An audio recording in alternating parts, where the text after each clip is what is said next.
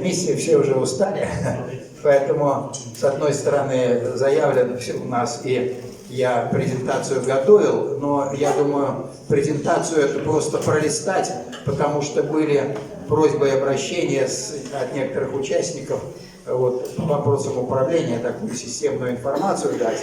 Она не всех интересует, но я ее просто обозначу, чтобы вы знали, что кому нужно, презентацию я оставляю здесь, и любой из вас может использовать любые ее фрагменты безо всяких ссылок. Вы сторонники не авторской культуры, то есть это не то, что вот какой-то мой труд, это общая система знаний.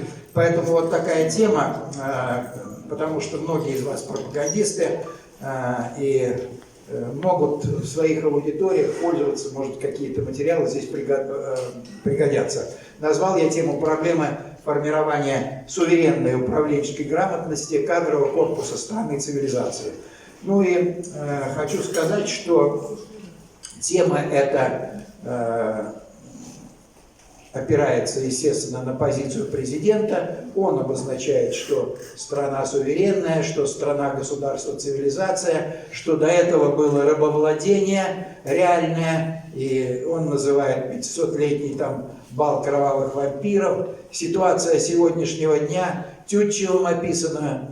Вот. Пушкин говорит о том, что наступает новый день.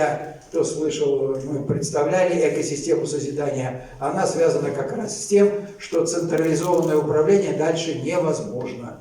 И из-за сложности каждые 2-3 года все меняется, и, к сожалению, многие у нас верят в будущее православной монархии, которая, вообще говоря, тупиковая идея. Почему? Потому что централизованное управление в принципе невозможно дальше вот из-за закона времени. А у нас ориентация на это есть. Вы знаете, основоположником этой идеи был Иосиф Волоцкий. Это 1500 год. Он примерно так рассуждал, что, ну вот его учение на чем построено, что, значит, есть царь, он помазанник Божий, значит, он только с Богом взаимодействует, все остальные с Богом взаимодействуют, служа царю. То есть вот примерно такая система. К сожалению, сейчас есть такие линии, потому что Иосиф Волоцкий, памятник ему установлен в 2010 году, в 2014 он провозглашен небесным покровителем российского бизнеса и предпринимательства, а в 2018 он провозглашен небесным покровителем системы материально-технического снабжения вооруженных сил. Так что такая линия есть. Но вот для тех, кто понимает глобальное управление, я хочу сказать, что перспектив какого бы то ни было такого толпоэлитарного устройства общества дальше уже нет. Потому что невозможно из единого центра управлять этой сложностью. Количество перешло в качество, и будет децентрализованная система и управления, и финансов. Кто чем раньше поймет это то или иное государство, тем быстрее оно выиграет. Вот Пушкин это предвидел.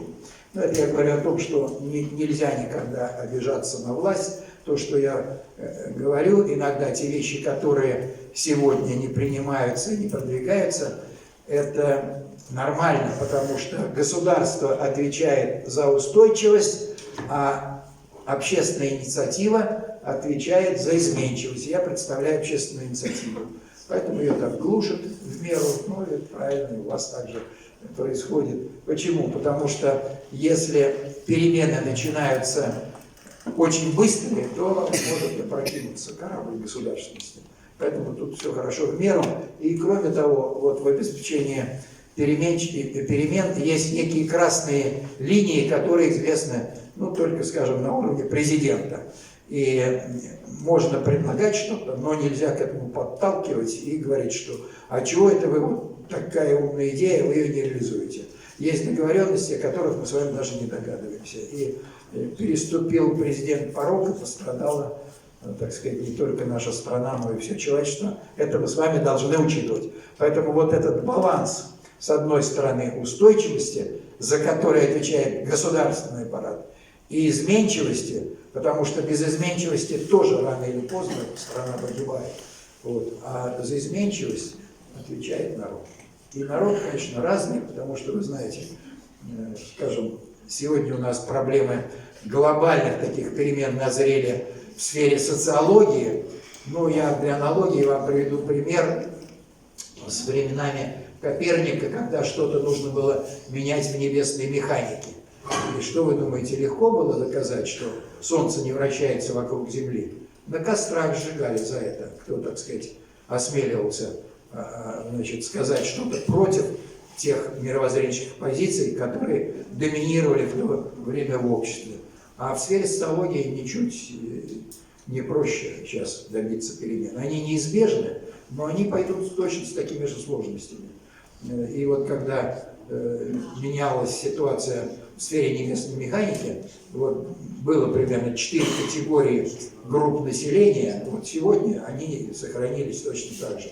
Помните, был Джордано Бруно, который настолько отчаянно и прямо говорил вот эту истину, что его просто на костре сожгли. Был Коперник, который так сказать, лавировал, у него контакты были во власти немножко, и так, он так сказать, ну вот его не сожгли, да, но, чтобы вы понимали, реабилитировали его и сняли с него обвинения. Вы знаете, когда? В 2010 году с Коперника было снято католической церковью обвинение, и только потому, что Папой Римским стал его земляк. Вот он реабилитировал Коперника, чтобы вы понимали, что такое перемены, трансформации на мировоззренческом уровне. А в сфере социологии они ничуть не проще. А был еще Галилей, да, который, когда его чуть-чуть прижали, он тут же написал бумагу, что я извиняюсь, я ошибся, я заблудшийся, я отказываюсь от всех своих позиций, я совершенно другого мнения. Вот такие люди здесь тоже есть. Но основная масса людей и тогда, и сейчас принадлежали к 4-й категории. Говорят, сосед по даче Галилея был Галилея не глупее. Он знал, что вертится земля, но у него была семья. Сегодня, к сожалению, и я этих людей тоже не обвиняю, потому что не все могут жертвовать благополучием своей семьи, как это делаю я, к примеру, да, потому что это доставляет массу хлопот именно, ну и жене, вот когда, так сказать, возникает раздорная ситуация и детям и так далее. Но тем не менее, вот кто-то должен, иначе перемен не бывает. Когда мы еще начинали в конце 80-х и пришли с видением, как можно предотвратить крах СССР на научной основе. Ну, так это же такие перемены, умные люди там сказали, но забыли, люди такие близкие в разных уровнях и в разных сферах. Но они потом сказали, ну вы слушайте, ну вы хотите изменить все, да, поменять как бы мировоззрение, поменять там систему власти, но так не бывает. Ну, кто-то вначале в тюрьме хотя бы должен посидеть, там, кто-то что-то, ну, потом могут начаться перемены. Ну, вот, не знаю, сейчас уже кто посидел, кто ушел в мир иной, может быть, и перемены могли бы уже наступать. Вот. А мне кажется, что Белоруссия – это очень такое знаковое место. Вы понимаете, что концепция, которая доминировала на земном шаре последние 4000 лет, она сильна и сейчас. И поэтому вот Белоруссия, она, в общем-то, оставлена не просто так, а соизволение и тех самых сил, которые сейчас называют кто-то там глубинное государство, да, абсолютно такое бессмысленное слово. Потому что тот, кто управляет, вот, то самое глубинное государство, оно реализует управление бесструктурным способом. Поэтому это нам пудрит мозги, как-то говорят, да, потому что государство – это заведомо структура, а это управление реализуется бесструктурным способом. А мы уже тогда сказали, что это глобальный предиктор. Почему глобальный? Потому что он работает в отношении земного шара. Почему предиктор? Потому что он работает не по схеме программного управления и не по схеме программно-адаптивного а по схеме управления предиктор-корректор. Он предсказывает, что будет, что может произойти через 40 лет. Исходя этих предсказаний, выносит какие-то перемены. Так вот, с его соизволения Беларусь оставлена как такой эксперимент глобального уровня.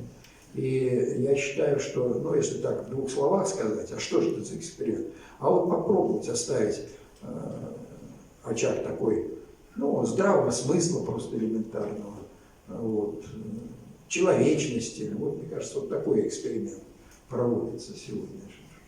Куда же они все-таки придут? Вот, когда труд в почете, когда, так сказать, любовь к земле своей сохраняется, никто ей не торгует. Вот поэтому на вас, конечно, особая ответственность, на мой взгляд. Ну и вы видите, Русь великая, да, там сказать, из 3 братских народов, как вчера говорили, белорусский народ оказался, конечно, самым мудрым, там, или от Бога так получилось, или вот из-за этого эксперимента. Но я всегда еще, когда был на руководящей работе и в партийных органах, и в административных, очень часто возникают споры, и я всегда руководствовался одним принципом. Я всегда говорил, когда вот приходили, работал в партийных органах, ну вы знаете, приходят там жена на мужа, коммуниста, жалуется, там еще что-то. У меня принцип был всегда один. Среди двух спорящих всегда более виноват тот, кто умнее. И вот это многих ставило в тупик. Или ты дурак, или ты, значит, виноват. Ну, то есть надо было в чем-то признаваться. Если ты считаешь себя очень умным, ну так значит ты должен был предотвратить спор. А если ты спор не предотвратил, то значит, ну то есть ты или виноват, или ты не умный. Вот я думаю, что сегодня, к сожалению, и белорусскому, и украинскому, и русскому народу, потому что цивилизационное строительство – это дело народа, может быть задан вопрос, кто же из вас виноват? А вот виноват тот, кто умнее, и пусть думает, как ответить. Вот кто более виноват, тот, кто умнее. Вот если он считает себя умным, так именно он должен был выстроить такую линию, которая предотвратила бы вот уже боевую схватку, как Пушкин. Помните, Пушкин-то понимал это все, что когда он говорил о тех, кто вот вышел на уровень противостояния такого военного, он понимал вот с этого уровня глобального, что это значит. Он говорит, и понимал, как это оценивается. Соперники в искусстве брани, не знайте мира меж собой, несите мрачной славе дани и упивайтесь враждой. Пусть мир пред вами цепенеет, девясь грозным торжествам. Никто о вас не пожалеет, никто не помешает вам, наоборот, поможет. Вот, поэтому вот такие проблемы, которые сегодня решает наша цивилизация, конечно, я полагаю, что суть здесь даже не только во внутреннем конфликте. Сейчас, в моем понимании, наш президент вынужденно играет определенную роль в глобальном сценарии глобального будущего всего человечества. То есть настал час перемен глобальной концепции развития всего человечества. И в разрешении этой задачи сегодня большая роль отведена нашему президенту. Поэтому его нельзя судить, вот, не понимая тот глобальный процесс, который идет, в котором он вынужден играть определенную роль. И я думаю, вы понимаете, что когда такая операция идет под знаками, известными вам, да, то он хотя бы так дает намек, ребята, поймите, это игра, как бы, так сказать, другого уровня. Это не просто Россия что-то придумала, но он вынужден считаться с глобальной ситуацией на земном шаре. Поэтому не с красным знаменем за победу, а с буквами Z и В, и те, кто понимает, те поймут, в каком сценарии задействован наш президент. Поэтому я не приемлю, когда вот так походя там начинают обвинять, там не так, там не так. Для того, чтобы обвинять, надо иметь более широкий кругозор. Вот, поэтому сейчас, я считаю, очень важно, конечно же, действовать-то локально, но мыслить-то нужно глобально. И понимать, что сегодня именно, может быть, даже из Беларуси, мне хотелось бы, чтобы пошли какие-то инициативы. Не случайно мы вчера вот экосистему созидания именно в Минске так публично обнародовали. Вот 13-14 в Питере у нас будет по этому поводу мероприятие такое. Но потому что вот есть какая-то мистика в белорусской земле, да, мы вчера вот посмотрели домик первого съезда РСДРП, да, вот которые там собрались, несколько человек. Ну, как-то это осталось в истории всего земного шара. Вот. Хочется верить, что и форум, в котором мы с вами участвуем, нас же не 9 человек, как там было, нас больше, потому что великие дела всегда никогда не делаются большой толпой, они делаются в таком достаточно узком кругу, и мне лично импонирует, что у нас такой, ну, немножко кулуарный такой форум, потому что когда у вас 800-900 человек в зале, то это когда уже все решено, тогда можно собирать зал. Когда что-то готовится, то ни к чему большие аудитории. Вот. И, конечно же, надо понимать, что именно мы с вами должны дать пример организации жизни по-божески. И, собственно, вот основная эта идея, которую вот, ну, продвигает наша команда, это, в общем, простая и понятная. Построение Царствия Божия на земле. Вот какая конечная цель такая, если ее как бы со смыслом обозначить. Не просто красивых слов много, а вот смысловая нагрузка полная получается только тогда, когда реализуется Царство Божие и на земле. Вот. И страна, цивилизация, конечно, такой предельный уровень обобщения, потому что есть, ну, много там перечисляют иногда цивилизаций. На предельном уровне обобщения я бы назвал все-таки 3 базовых цивилизации. Западная цивилизация, цивилизация материи, потому что цивилизации отличаются друг от друга целями и смыслами жизни. Смысл жизни Запада – это кайф, это, значит, достаток, это то, на что и нас пытались подсадить. Вот. Смысл цивилизации Востока – это цивилизация духа, да, вот они, медитации, там, вот, мне хорошо, и это главное. А Русь – цивилизация меры, сочетание там и материи, и информации, и эффект русской гармошки известный. Сколько бы на нас ни наезжали в истории, вот ее сжимают, она становится потом чуть больше. Опять сжимают, она становится опять чуть больше. Вот мы в свое время, в начале 90-х, предупреждали. Мы выступали и в Брюсселе с Владимиром Михайловичем на площадках там, европейских, и говорили, что если вы вовремя не одумаетесь, то вот эта гармошка распрямится так, что в мировоззренческом плане Европа как цивилизация исчезнет, а русская цивилизация, она вынуждена будет. Нам это не надо. И тем более никаких завоеваний Россия никогда вообще не вела. Она просто приходила и помогала кому-то, и никогда не мешала жить так, как народы сами хотели. Ни один народ не пострадал от того, что он как-то интегрировался с Россией. Вот. Но русский дух, вы понимаете, особый, это я не буду, значит, на этом останавливаться. Вот. И схема цивилизационного управления тоже это уже для специалистов, потому что цивилизационное управление, она начинается именно с целей, смыслов, потом должна быть концепция, надо понимать, что вот сейчас очень хочется перемен. Да нет, концепция должна быть иная. Культуру можно изменить только тогда, когда будет новая концепция. Культура любая, она вытекает из концепции. Вот есть западная концепция, есть западная культура. Есть восточная концепция, есть восточная культура. Ну, как бы нравственность, говорят, длиной юбки можно измерять. Это тоже сразу видно немножко, просто по юбкам, которые женщины носят. Вот.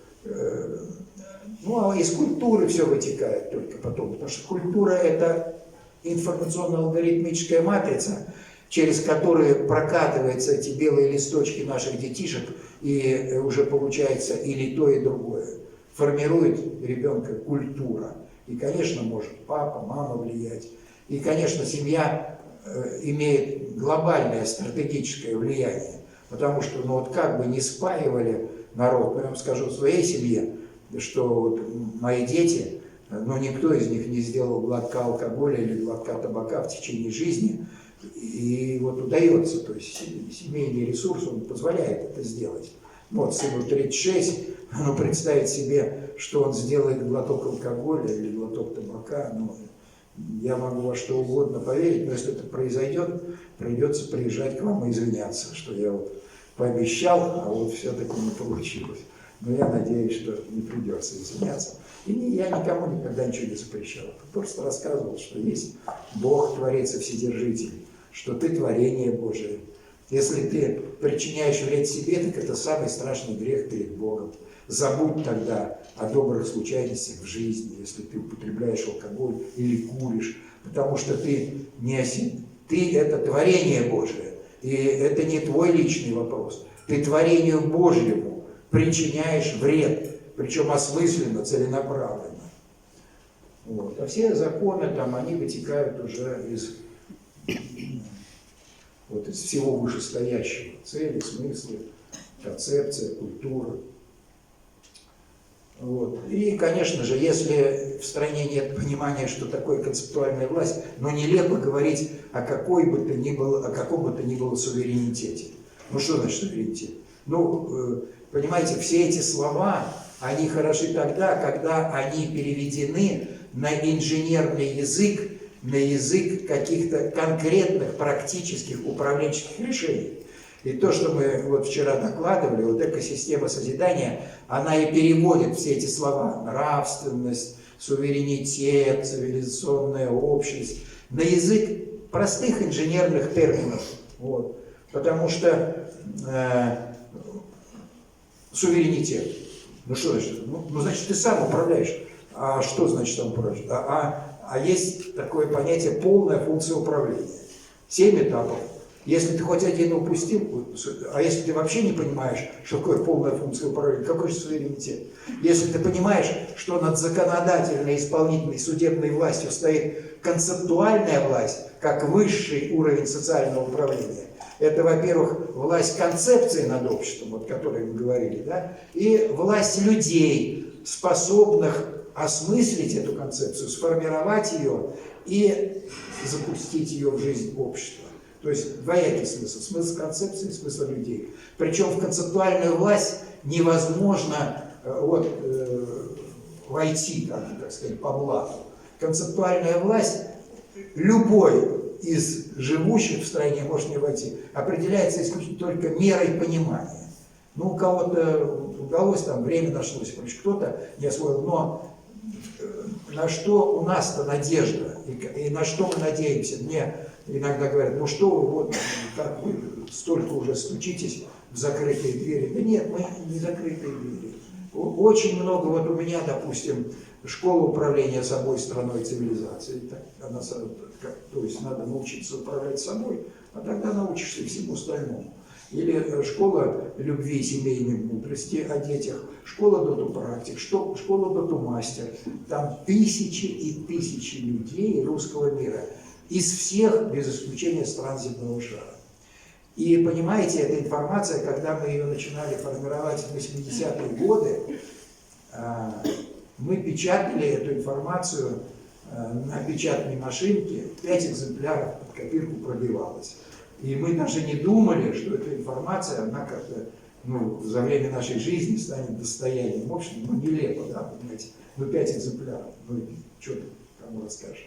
Вот. А потом как-то Боженька начал помогать, да, там, так сказать, проводили совещания. От единиц пошел в арифметический масштаб, потом появились десятки таких людей, потом сотни, потом тысячи, потому что мы каждую неделю проводили на Потемкинской семинары. Там приходило человек по 100-200 каждую неделю, они там что-то рассказывали.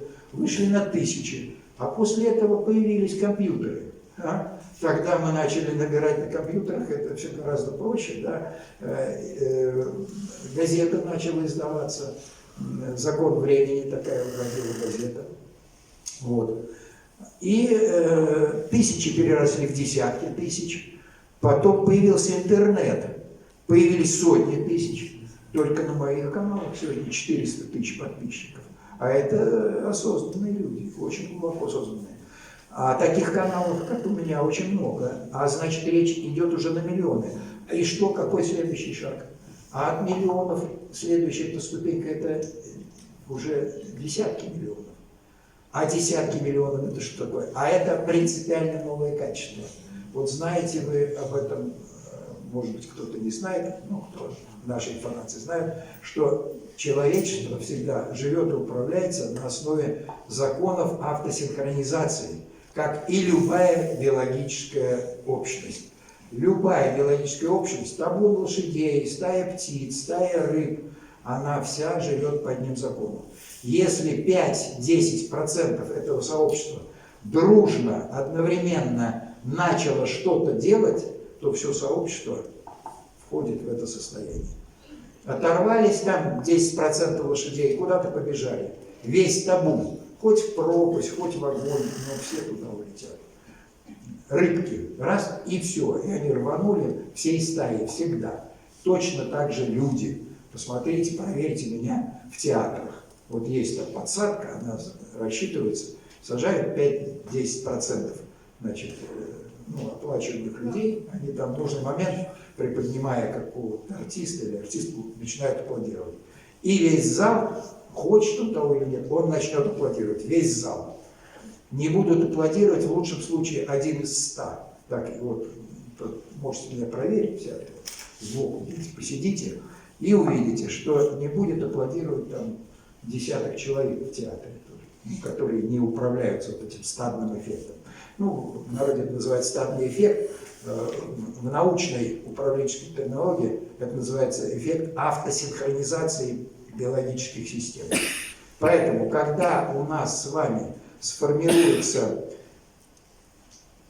десяток миллионов людей, которые не то, что они вот все изучили, они все... Нет, они душой чувствуют, что, слушайте, вот за этой информацией что-то такое есть, вот что-то такое божественное. Как вот в свое время продвигался, да, идеи там коммунизма, социализма. Вы что думаете, народ читал там «Капитал» Маркса или читал труды Сталина, а он душой как-то чувствует. То есть формируется некая общность. Еще в народе, вы, наверное, слышали, есть, это называют иногда эффект сотой обезьяны, да? Тоже. Я думаю, вы знаете все это, да? Не буду повторяться. То есть, когда... Да, вот это то же самое наша информация. Как только ею овладеет вот эта критическая масса, так все обезьяны на всех островах начали ныть одновременно в один день в атаку. Да, хотя до этого никто не был, научили небольшую семью, там какое-то количество. Потом, и вдруг все на других островах даже, они через ноосферу, мы это прекрасно понимаем, как формируются полевые структуры, и мы этим занимаемся. Поэтому, чтобы вы понимали, и приезд в Белоруссию тоже не случайный, но достаточно серьезно осмыслен. Вот, поэтому... К сожалению, вот такая концептуальная властная система управления, поскольку у нас была система толпы элитарного и, если угодно, управления такого герметичного, то есть то, как реально управлялось, никто не знал. Это не озвучивалось никогда. Это знали только очень узкий круг, как вообще-то организовано управление. А вообще схема вот такого управления концептуально-властного, она известна только один пример, озвучен так в жизни истории. Это вот это история управления Древнего Египта. Вот она как раз так была устроена открыто. То есть так всегда было, но только никто об этом не знает. А там это озвучено, что был фараон, для народа он был вот как бы, не знаю, генеральным секретарем, президентом, как если в нынешней терминологии, да. фараон, но он главный начальник, и все, и народ вот его и видит, да. Вот. А у фараона был госаппарат, то есть вот, законодательная, исполнительная, судебная власть, ну, те, которые нужно делать, да, вот. И, как говорят, что вы там изобретаете, работать надо. Вот они вот сидят и работают. А вот на какие цели они работают, это секрет. На какие цели, вы думаете, работают наши структуры, если они создавались в конце 80-х, в начале 90-х годов? Кем и как они проектировались? И на чьи интересы они заточены? Вот. И опять же, я это говорю не в упрек, а я говорю о том, что это было сделано в 90-е, но как этот корабль сегодня, значит, сориентировать на другие цели, уверяю вас, что если тут необдуманно так вот, вот, так вот надо вот так сделать, просто разрушится страна. Поэтому все понятно, но как сделать теперь непонятно. А любая структура, которую вы возьмете, вы что думаете, американцы ее создавали? Ну, это же президент открыто говорит, что тысячи сидели работников спецслужб. И если вы думаете, что они просто сидели, то это не так. Они очень серьезную ответственную работу выполняли. Они формировали все структуры, чтобы структуры, каждая структура работала на интересы США. И тем лучше она работает, тем большая польза приносится США, и тем больше вред наносится нашему государству. Так они проектировали. Сейчас, благодаря, так сказать, отклонениям разным новым законам, все меняется, но меняется очень не быстро. Вы понимаете, как заточена, к примеру, система здравоохранения? Ну, обратные связи там какие? Ну, чем больше больных, тем выгоднее, понимаете, правильно? То есть она что, у нее заложен интерес в механизме, чтобы люди все выздоравливали, или чтобы не было вообще больных людей? Да если не будет больных людей, ну, они же тогда разорятся. Ну, и так любая структура. Вот вы, если вы думаете, что центральный банк он просто с неба упал, да нет, это очень мудрая такая разработочка. И тоже, но нельзя, я хотел, чтобы вы здесь четко понимали, что ни в коем случае нельзя даже намека какого-то делать на формирование какого-то неприязненного отношения к тем или иным людям по признаку принадлежности, там, конфессиональной, по принципу профессиональной принадлежности. Я ни слова не говорю при этом о медиках, потому что медики отрабатывают четко то, что от них требует структура. Они работают в структуре, у них есть должностные обязанности, они их выполняют. Главврач, что он может сделать?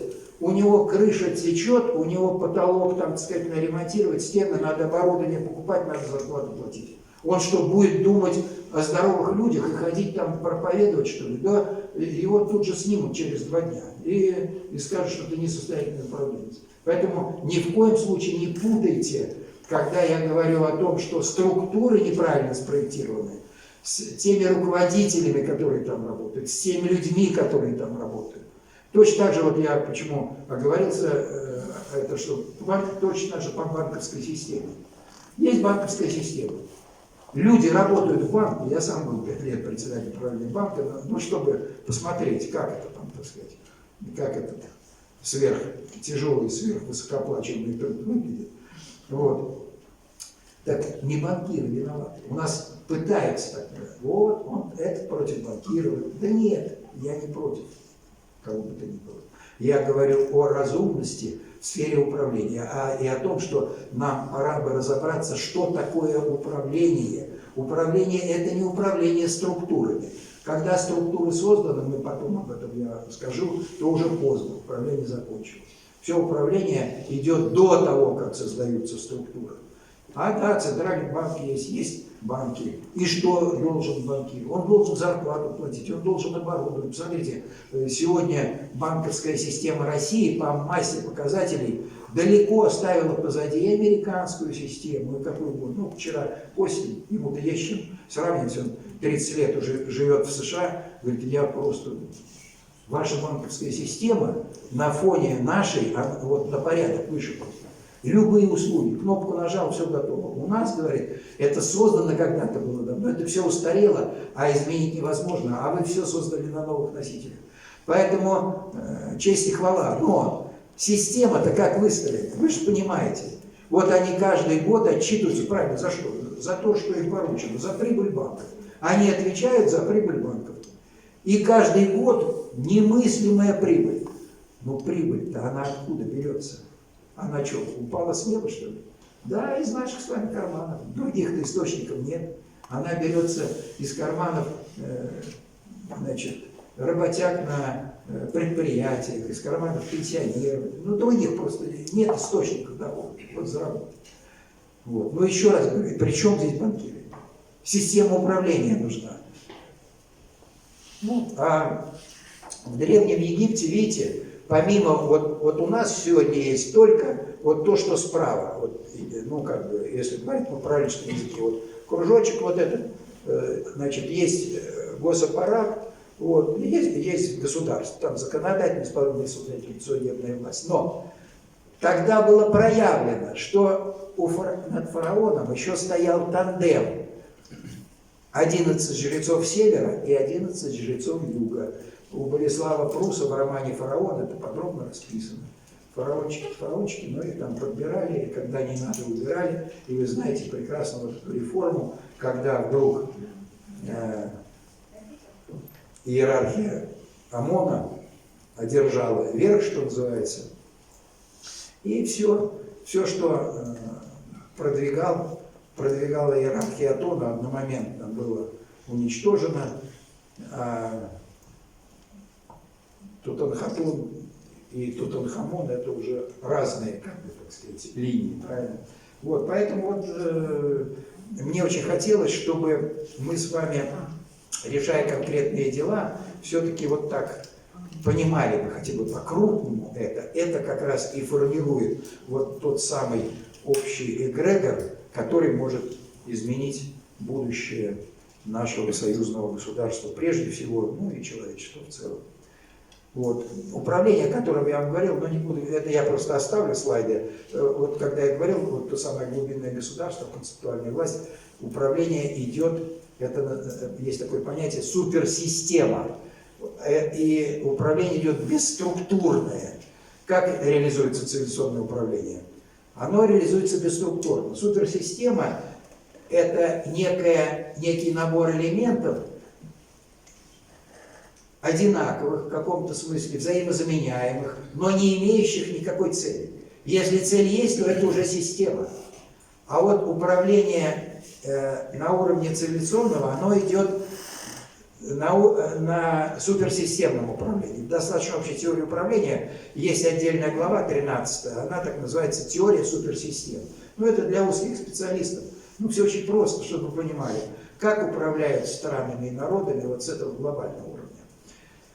Вот, смотрите, структур никаких нет. Вот аналогия простая вот для вас, я расскажу. Вот вы поставили там сеточку, да, и не водочек какой-то, или сетку, и вам плавает стайка рыб. Вот стайка рыб – это суперсистема. Почему? У них ничего, никаких целей нет, они просто вместе там плавают, дружат там, и вот оберегают друг друга, смотрят, где-то щука, они там вместе. Кто-то засек, вся стайка, хоп, туда сразу улетает. Вот. А вам надо в неводочек. А структуры-то там нет. Когда структура есть, там вожаку заплатил, там еще кому-то, и он повел всех туда. А там никого, что делать?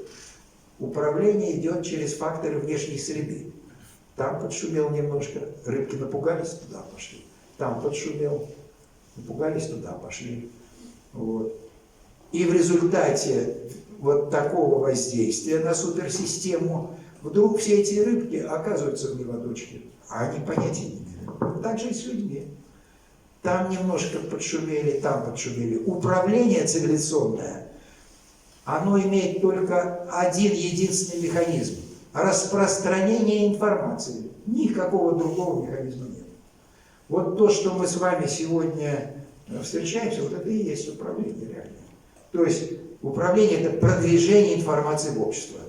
Блокирование продвижения информации в общество – это тоже управление.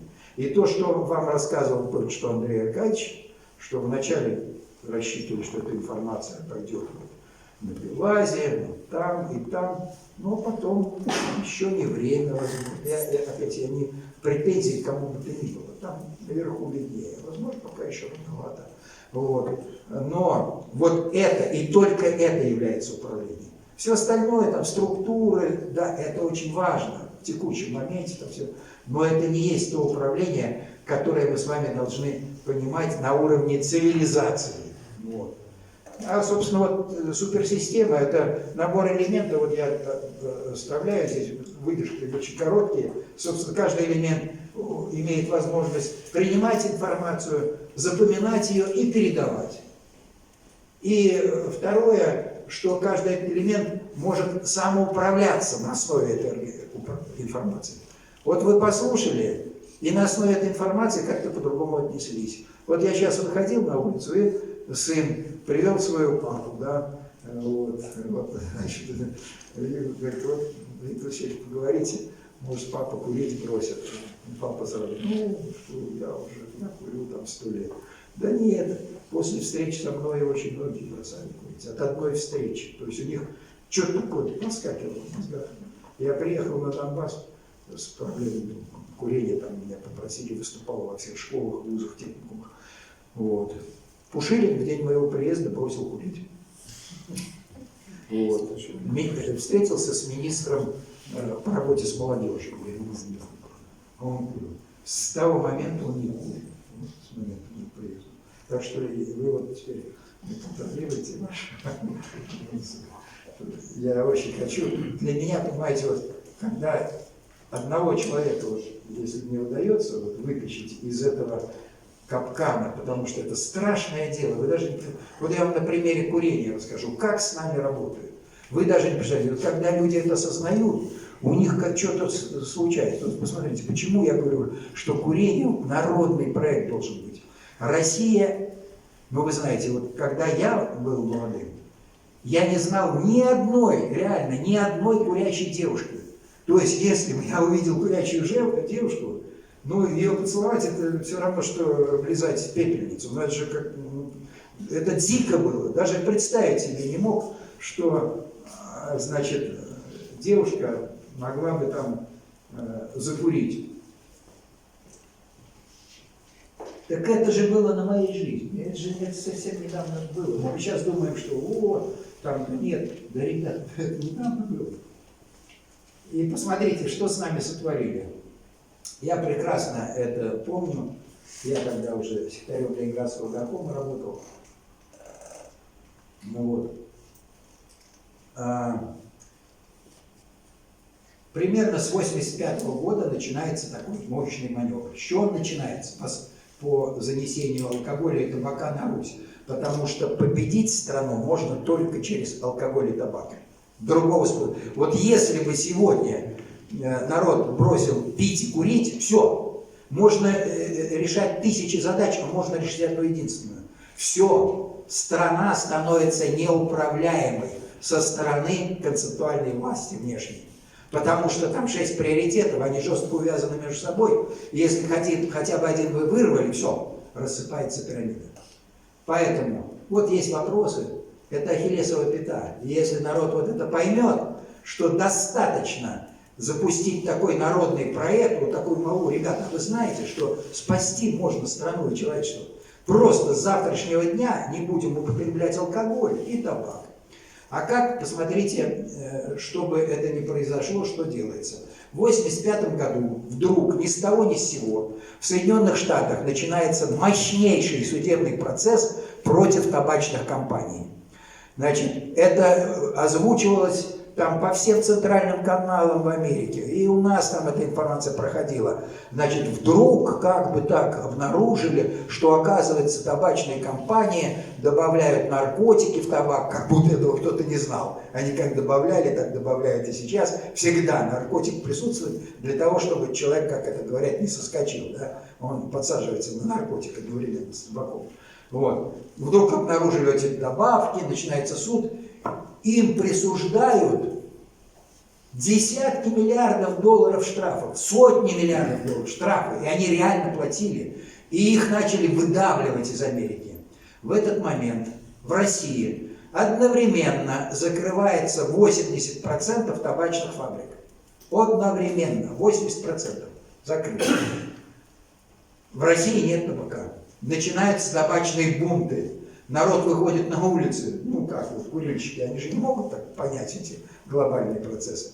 И самая главная проблема становится вот подавить табачные бунты. Чего делать? Народ протестует. И тут добрые дяди, которых выдавили из Америки, им деваться больше некуда. Ну вот мы выручить готовы, да, конечно, тут недружественный нам там режим тогда хотя. Вот. И, значит, они начинают осваивать наши рынки. И буквально за 5 лет Россия выходит на первое место на земном шаре по количеству курящих на 1000 населения.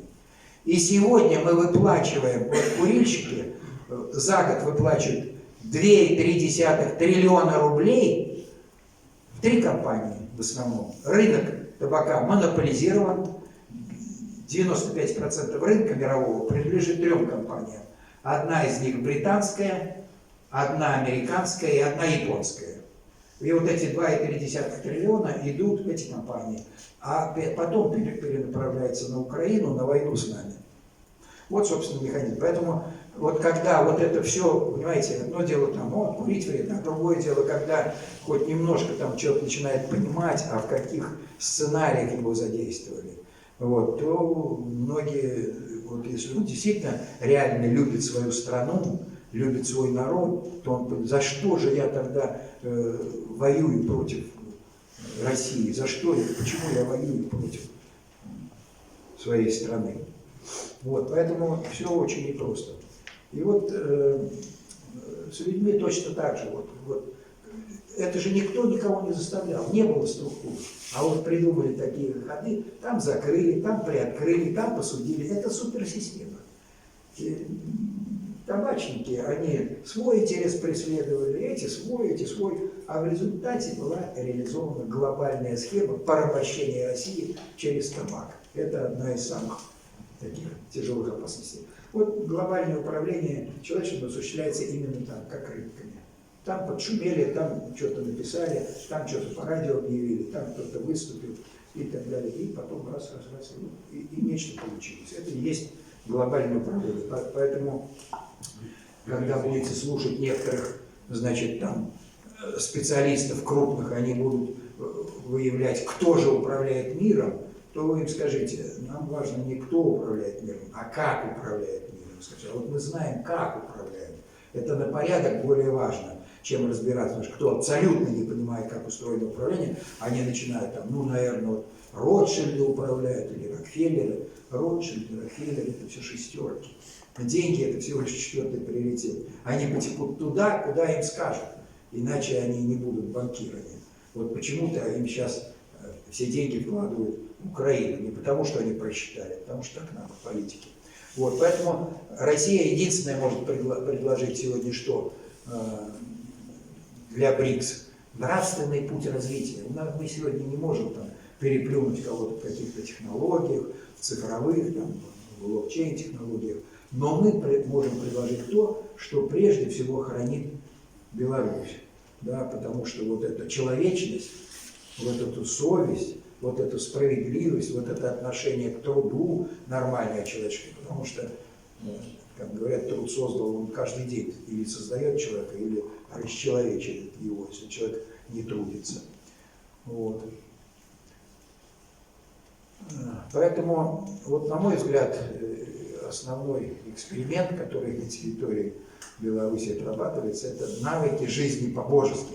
Сохранить, чтобы это. Ну, знаете, в Европе от этого не осталось ровным счетом ничего. Вы это видите на уровне, значит, официоза, по крайней мере. Там ничего не осталось просто. Европа уже, как цивилизация, этот проект закрыт. И сейчас проект закрытия Европы, он на Путине, что называется, а проект закрытия Соединенных Штатов, он на конечном счете на Си Цзиньпине и на Китае. И, конечно же, ну, любому маломальски думающему человеку, что понятно, что то, что происходит сегодня, это проект закрытия либерально-буржуазной системы. Вот что идет сегодня реально. Украина, значит, Россия, а вообще, значит, в 1850 году этот проект был запущен. как вы понимаете, марксизм не русскими мужиками, работягами придуман, да, а лондонскими банкирами, профинансирован весь этот марксизм от начала до конца. И возник он в Лондоне, и сразу на 5 языках был издан, и потом приписали это Марксу. Вначале он вышел бесфамильный, а потом вдруг нашли автора даже. Вот. И этот проект, он не снят по сию пору. А в чем смысл марксизма? Он запускался вот глобальным предиктором.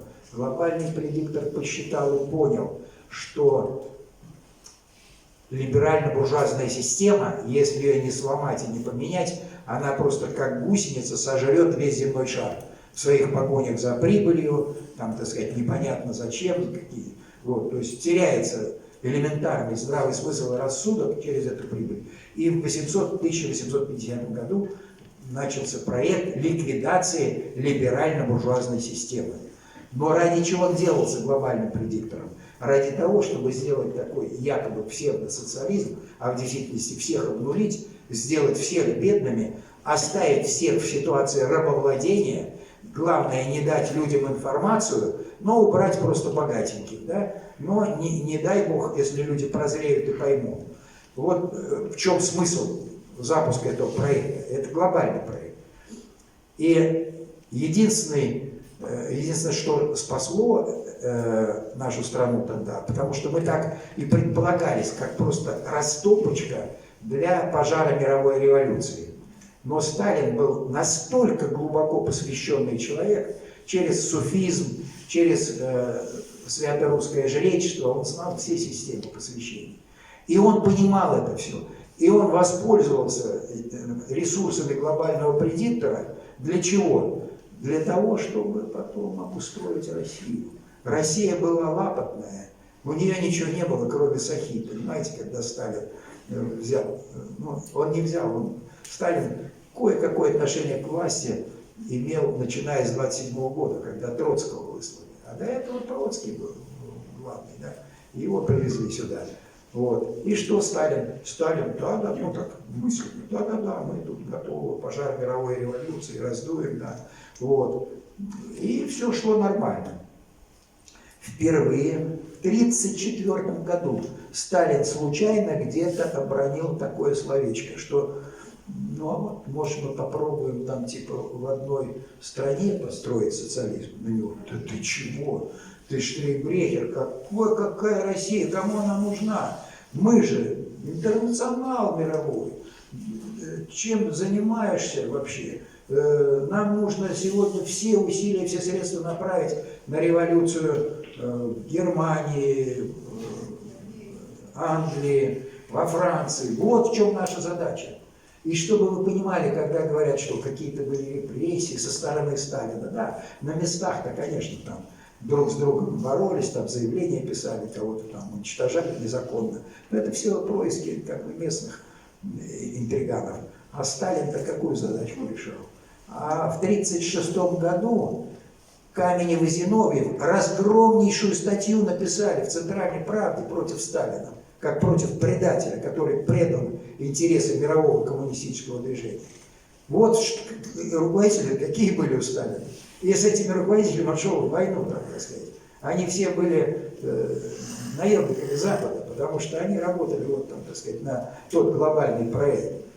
И только начиная с 1934 года начали озвучиваться вот возможности. То есть Сталин, как нынче говорят, просто развел. Он использовал ресурсы глобального предиктора для того, чтобы, потому что своих не было возможностей, для того, чтобы создать уникальную страну, которая уже во времена Сталина выпускала лучшие в мире автомобили. Ни у кого не было таких. ЗИМ, ЗИС, 21-я Волга, Победа. Это лучшие автомобили того времени, которая строила здания, которых и по сию пору вы не найдете по красоте, по, значит, устроенности своей и прочее, прочее, прочее. Вот, поэтому процесс ликвидации либерально-буржуазной системы, он не завершился. И сейчас он и идет как раз. И носителями этой либерально-буржуазной идеи являются Европа и Соединенные Штаты. Но Европа, вы видите, уже приговорена, да, на уровне глобального предиктора, иначе бы там уже половина заселена, там, вы понимаете, ислам, там, арабы, там уже не остается никого, и видите, какие ценности они проповедуют. А посмотрите на Соединенные Штаты. А Соединенные Штаты уже как цивилизация тоже покинули. У них нет кадрового потенциала нормального. Соединенными Штатами сегодня реально правит кто? Это наркокартели, наркомафии. И второе – национальные диаспоры. Вот. Поэтому у Трампа реально это враг. И я надеюсь, он это понимает, или, может быть, посмотрит. Надо их брать под свое крыло, пока не поздно, спасать их. Да, ну, в общем, кто-то, наши люди здесь везде подскажет. Вот, что реальный враг Соединенных Штатов – это не Россия, и это не Китай, а это внутреннее состояние самих Соединенных Штатов. Там кризис полнейший, там просто нет кадров, которые способны не то что развивать, а хотя бы поддерживать те техногенные монстры, которые там сегодня созданы. Вот, поэтому у Трампа большие проблемы. А куда они делись, эти монстры техногенные?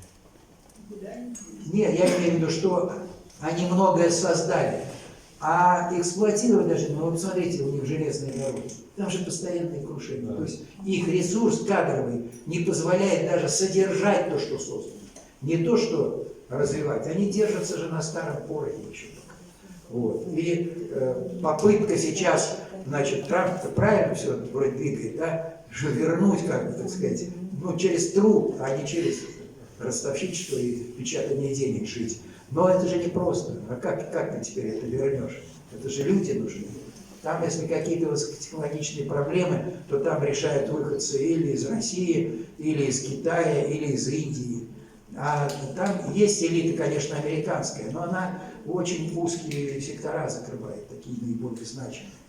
Вот, поэтому вот мы с вами должны Трампу тоже помогать, иначе ему будет сложно. На отдельных этапах, не надо там смиряться сильно, да, но на отдельных этапах у нас всегда будут такие субъективные попутчики, да.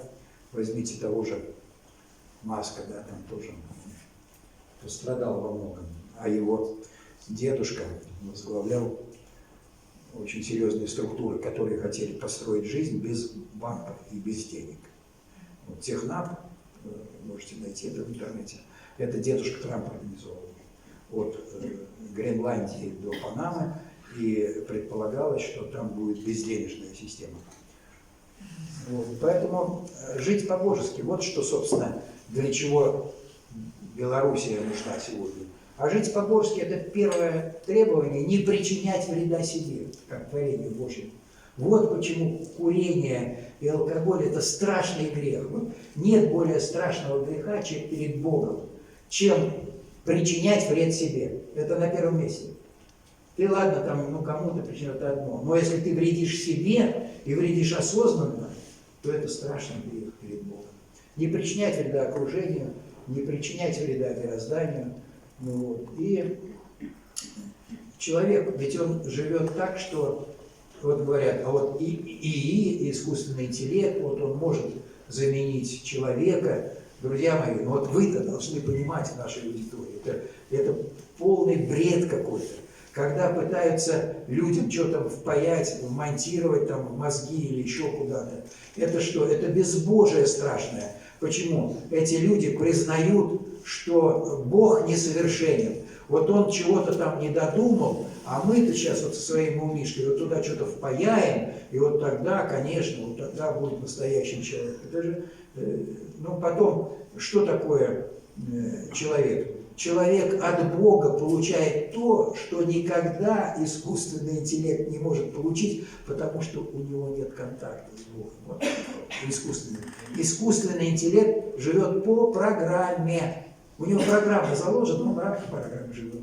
А человек, что ему даровано от Бога, я говорил, вот повторю вам еще раз, это запомните, очень важно.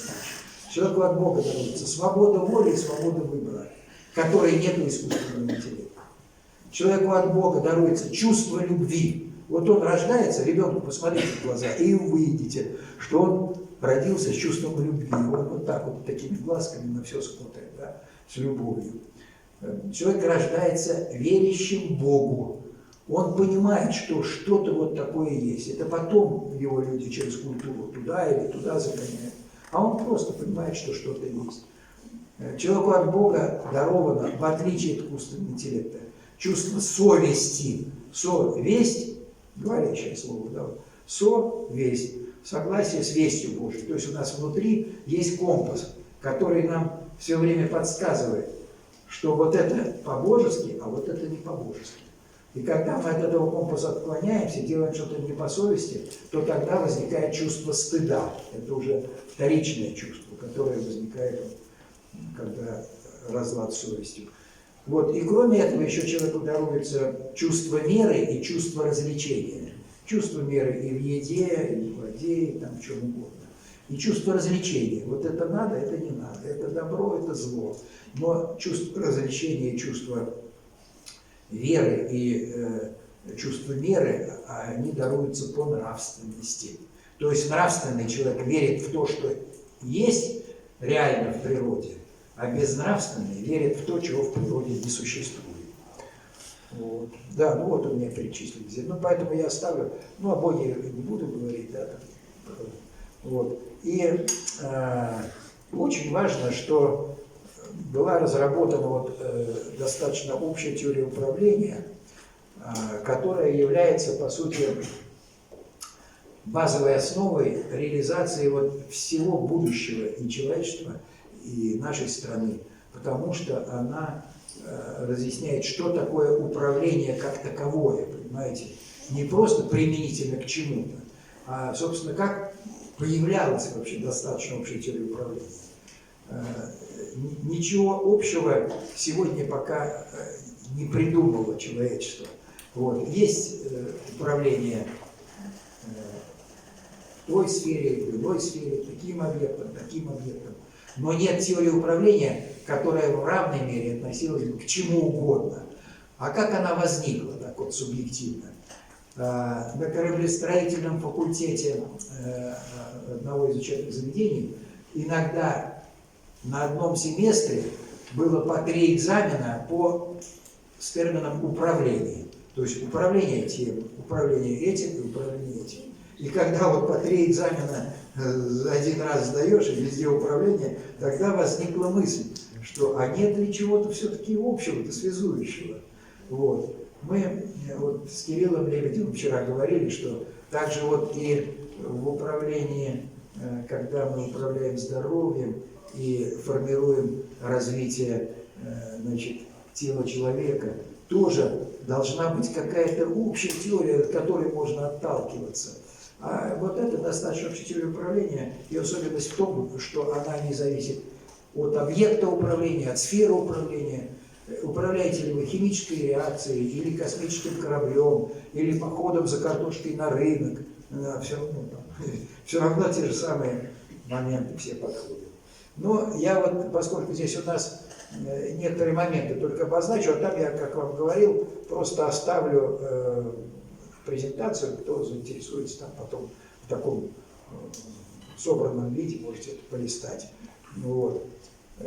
Есть терминологический аппарат, вот. И главная полная функция управления. Вот то, о чем мы с вами подробно говорили, как управляется человечеством бесструктурно. Помните, я вам рассказывал на примере рыбок, как рыбками управляют, так и человечеством управляют. Точно так же.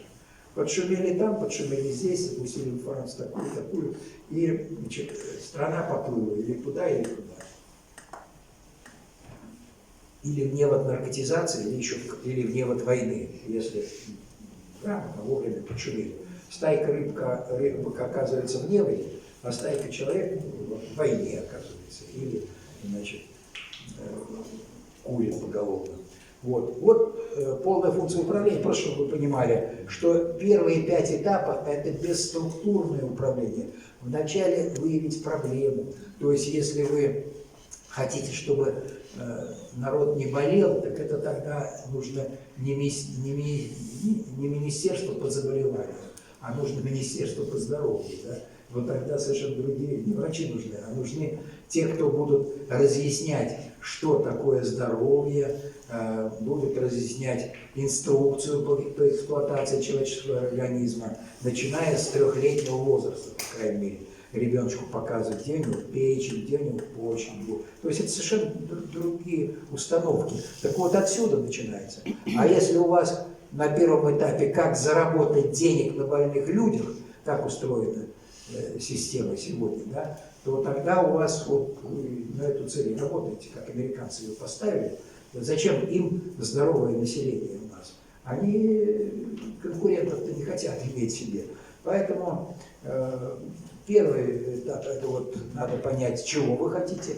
Второе, распознавание там на будущее, как это все, вектор цели, дальше концепция, потом структура. Но структура создается под что? А вот под этот первый пункт. Не просто, чтобы структура жила и хорошо зарабатывала и так далее, а чтобы вот решалось то, что на первом пункте у вас. А сейчас кто у вас проверяет на соответствие?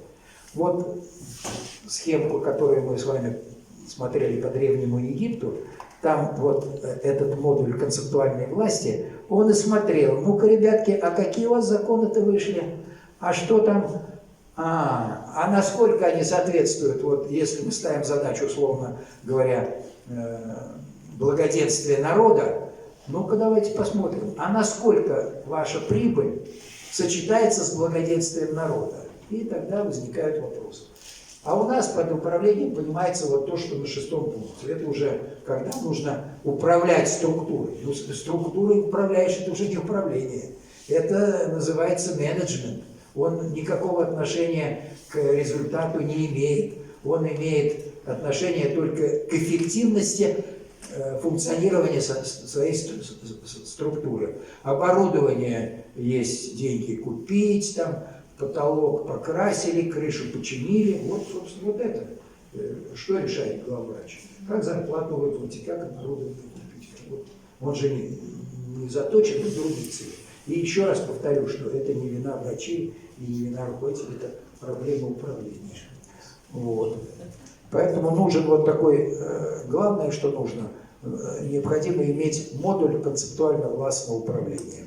Вот. Такое еще базовое понятие, это, конечно, приоритеты обобщенных средств управления. Вот. И они вот в такой последовательности здесь у меня изложены. Ну, все, кто из нашей информации, здесь большинство, вы это все прекрасно без меня знаете. Ну, многие, я вижу по фотографиям, впервые сталкиваются. Поэтому в 2 словах просто скажу о том. Я по военному приоритету уже Пушкина вам процитировал, но по каждому приоритету Пушкин однозначно сказал. Он, как пророк русской цивилизации, вот это все у него расписано. Каждый приоритет в отдельности. Что он означает? Так вот, самый слабый приоритет, на котором ничего не решается на дальнюю перспективу, но он очень важен в критических моментах для выживания, как, к примеру, сейчас. То есть сейчас у нас нет более важной задачи, чем победа в специальной военной операции. А почему? А потому что мы очень многое проморгали до этого. Вот, только поэтому. Как я вам говорил, что из 2 спорящих, Украина и Россия, более виноват тот, кто умнее. Вот. Если умнее, так а что ж вы тогда вляпались? Вы должны были для того, чтобы избежать этого. Потому что на 6-м приоритете, если что-то решается, то всегда есть третья сторона. Никогда в истории человечества не бывало, чтобы вот 2 стороны воевали, и они там что-то выигрывали. Всегда гарантированно есть третья сторона, которая заказала эту схватку, а эти стороны не поняли или не предотвратили. Понимали, но не предотвратили. А возможность предотвратить есть только тогда, когда есть полная управленческая грамотность в сфере цивилизационного управления. Вот. Поэтому самый слабый приоритет – это 6-й по значимости. Мы победили в 45-м, а потом пошли к немцам за кредитами. Да? Это уже на 4-м приоритете. Более грозный приоритет – это генное оружие. Это вот как раз алкоголь, табак, наркотики. Вот. Почему? Потому что если военное оружие, оно самое быстродействующее, щелк готово, да? Но вы убили конкретного человека, а на его место может прийти другой, более сильный. А вот генное оружие, оно стреляет не только в вас, оно стреляет в ваших детей, во внуков, правнуков, причем стреляет и на эгрегориальном уровне, и это в прямом смысле. Вот дедушка закурил, а внук заболел, он даже не понимает связей, потому что как только вы связали свою семью с эгрегором курящих или с эгрегором пьющих, достаточно иметь в семье одного курящего человека, и через него будут сыпаться всякие беды и проблемы на весь род, на всю семью. И поэтому выпил папа, а заболел ребенок. Выпил папа, а заболела теща и так далее. Это вот азбука как бы для тех, кто вообще понимает, как жизнь устроена. Поэтому я вам подробно рассказал вот про эту диверсию против России, которая была выстроена по табаку. Вот это настоящая война. Вот тогда шла война в полный рост, когда все американские компании искусственно загнали на нашу территорию.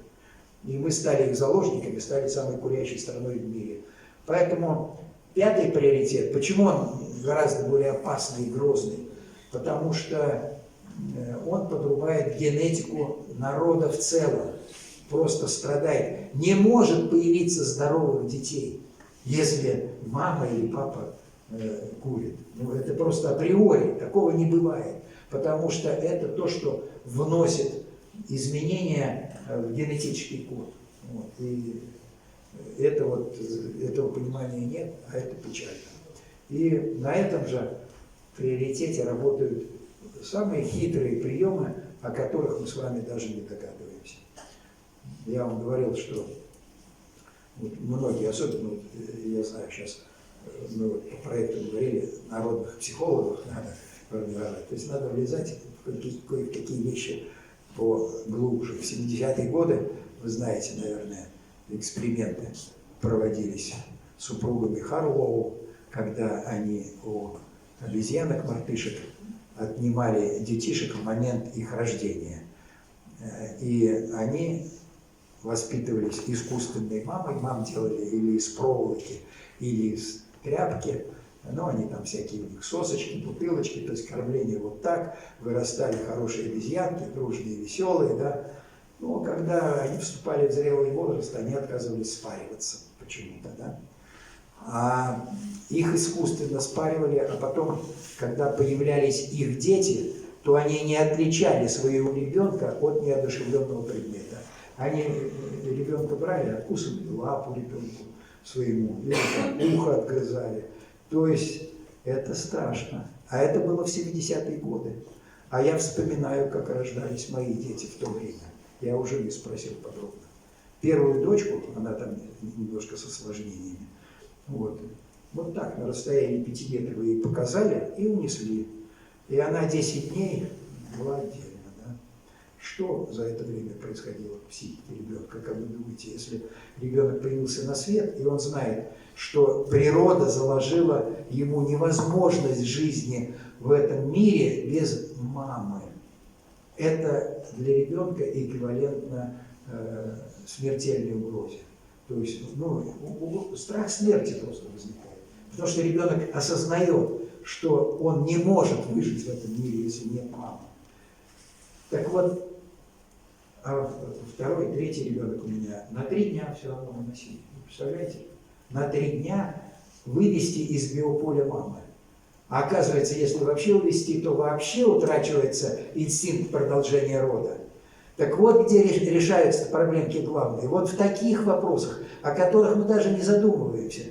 А вы не задумывались, что происходит, когда нам с вами с утра до вечера показывают одно и то же. Больных детей, каждому из которых надо как минимум 20 миллионов рублей для исцеления каких-то болезней. Да, навскидку, казалось бы, такая очень значимая, вот добрые люди, есть такая очень высокоморальная акция. А давайте поглубже копнем. А вы задумывались о том, как вот эти, значит, на всех программах сегодня катящиеся кадры, как они воздействуют на психику наших девочек, наших женщин? Они что, вы думаете, вот после этого с таким же желанием относятся к рождению ребенка, если у них в голове на уровне бессознательном, что ребенок это проблемы, ребенок это 20 миллионов долга, ребенок это болезни, какие-то страшные, которых вообще в мире нет, а вот дети появляются с этими болезнями. А таких болезней, которые говорят, их вообще никто никогда в мире-то не слышал. Только через вот этих детей можно узнать, что такая болезнь существует. И неужели это непонятно кому-то, что это глобальная диверсия, ребята, против нас реализуемая?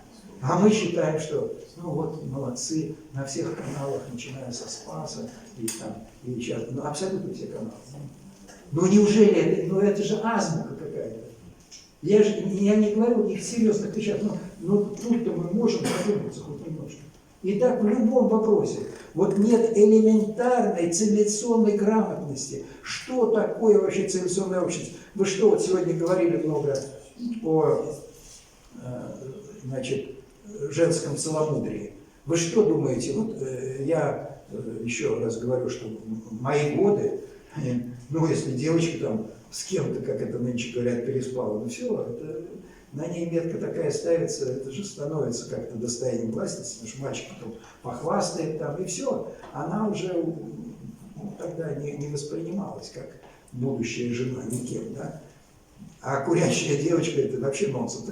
А откуда крепкие люди-то? Откуда я в свои 77 могу так вот как-то что-то рассказывать еще там, и прилетать в мир? Да благодаря тому, что наше поколение еще вот жило в совершенно другой среде.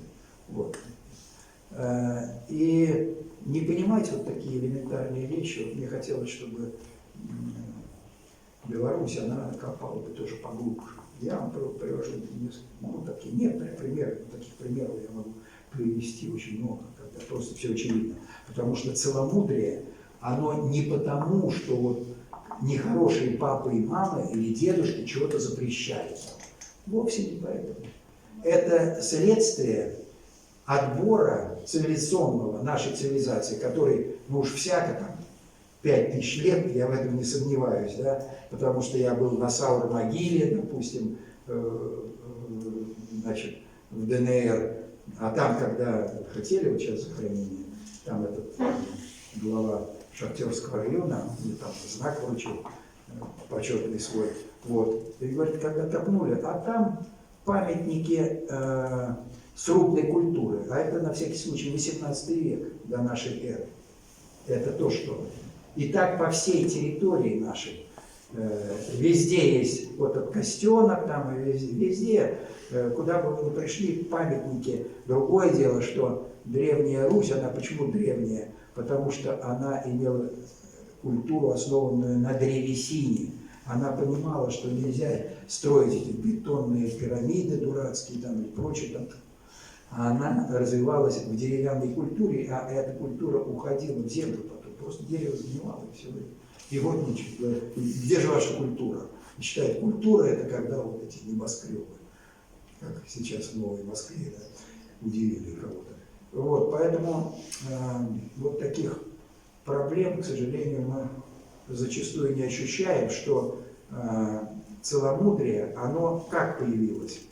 Просто те родовые линии, которые не придерживались обряда целомудрия, они так или иначе утрачивали свой генетический потенциал. Потому что когда появляется ребенок, там, так сказать, а у женщины были вот до этого встречи там с несколькими мужчинами, то ребенок-то появляется ведь по биологическому материалу и по биополю. А биополе какого из партнеров оказалось наиболее сильно впечатанным, это еще вопрос. Не обязательно того, чей материал биологический. Да? Биологический материал одного партнера, а значит, биополе другого партнера. И ребенок появляется половина от одного папы, половина от другого. Значит, тут нестыковки. И постепенно те линии, которые не придерживались обряда целомудрия, они просто вымерли. И все, вот весь секрет. Никто там ничего не запрещал. Просто одни вымирали. И вот эта культура наша, она выстроена тысячелетиями, а мы ее умудрились разрушить за одно поколение, понимаете? И когда нам вот невозможно, да все возможно, ребята, ну, строилось же когда-то нашими предками это все, и получалось у них неплохо.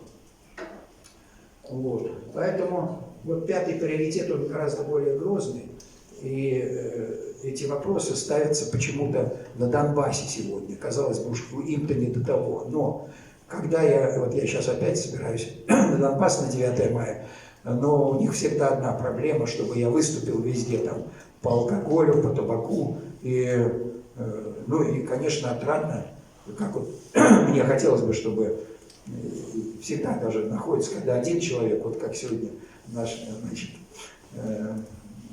как раз встретились со мной, вот, может быть, сегодня папа тоже бросит курить, да, в знак уважения ко мне, потому что я ему сказал, что Пушилин в день моего приезда бросил курить. Министр их по связям с молодежью, ну, министр по молодежной политике бросил курить в день моего приезда.